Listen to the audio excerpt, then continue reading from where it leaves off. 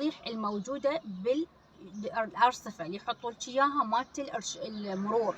هاي عندي ثلاثة هن. شنو هن؟ عندك أول وحدة مانعة، وعندك شو اسمه تحذيرية، وعندك إرشادية. مانعة وتحذيرية وإرشادية. المانعة لما تكون دائرة، دائما المانعة دائرة إطارها أحمر، اكو دائرة بس زرقاء، هاي إرشادية تصير. لكن إذا شفتي دائرة وإطارها أحمر فمعناتها هاي مانعة. زين.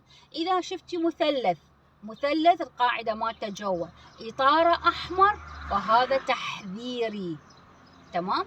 إذا شفتي مربع، مثلث، دائري، معرف شنو، لكن أزرق، ماكو أي إطار أحمر ولا أي لون أحمر، فمعناته هذا علامة إرشادية. زين. هنا العلامة التحذيرية اللي عفوا المانعة، اللي هي دائرة ودائرة مجدورها الإطار أحمر، ممكن يحطوا لك إكس، يعني ممنوع منعا باتا، ممكن يحطوا لك بس خط واحد مايل، فهاي معناتها انه مسموح في الاوقات في وقت الضروره فقط. يعني ممكن انه توقفين هنا بس وقت الضروره.